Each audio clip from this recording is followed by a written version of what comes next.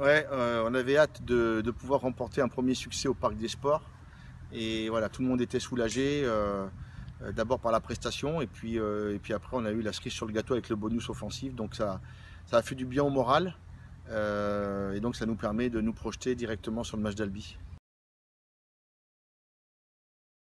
Oui, parce qu'on n'a pas eu la maîtrise complète du match. On a été vraiment sous pression toute la première mi-temps.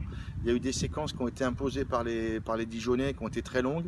Alors on n'a pas craqué, mais en revanche, voilà, on a été mis à mal, et puis il a fallu attendre vraiment la supériorité numérique pour pouvoir, pour que ce soit l'effet déclencheur et qu'on puisse vraiment se distancer Dijon au score. Mais autrement, c'est vrai qu'on a encore des difficultés. Donc voilà, on essaie de se retrouver du mieux possible, mais on va dire que c'est pas encore tout à fait huilé, quoi. Il faudra encore un peu de patience. Ah oui, par contre, on est content parce qu'on avait du mal à ouvrir vraiment nos scores au niveau des essais. Là, 4 d'un seul coup, c'est plutôt bien. C'est ce qui va donner confiance dans la suite. Parfois, on est un petit peu timoré, on n'ose pas faire la passe par peur de faire une erreur ou de mettre l'équipe dans la panade. Et là, quand on joue comme ça, plutôt détendu, en tentant des choses avec un peu d'audace, eh bien, ça sourit. Donc, il faut rester avec cet état d'esprit. Oh, même si on n'avait pas, même si on avait perdu à domicile, le moral aurait peut-être pas été, on va dire, au beau fixe au début de semaine, mais quoi qu'il en soit, quand on va chez un prétendant à la montée, on se doit d'être à 250% de nos moyens, parce que si on n'est pas prêt, et mentalement et au niveau de notre plan de jeu, on risque de ramasser sévère.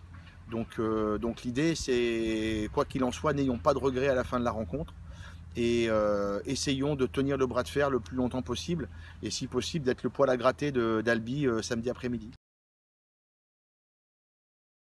Bah, je pense qu'il y a aussi un aspect mental. C'est une équipe qui, depuis 4 saisons, domine totalement son championnat, ses poules de Fédéral 1 et cette année la nationale. Ils sont 3 à se battre. Voilà, Albi en fait partie, c'est le même groupe. C'est un groupe très expérimenté qui est complet, super maîtrise au niveau de la conquête, avec un jeu bien positionné. Et c'est une équipe qui maîtrise complètement son jeu depuis bien longtemps. Donc ils sont dans le confort. Et surtout, ils sont dans la confiance totale. Donc on a le sentiment qu'ils gagnent d'un point, de 2 points, mais ils gagnent les matchs.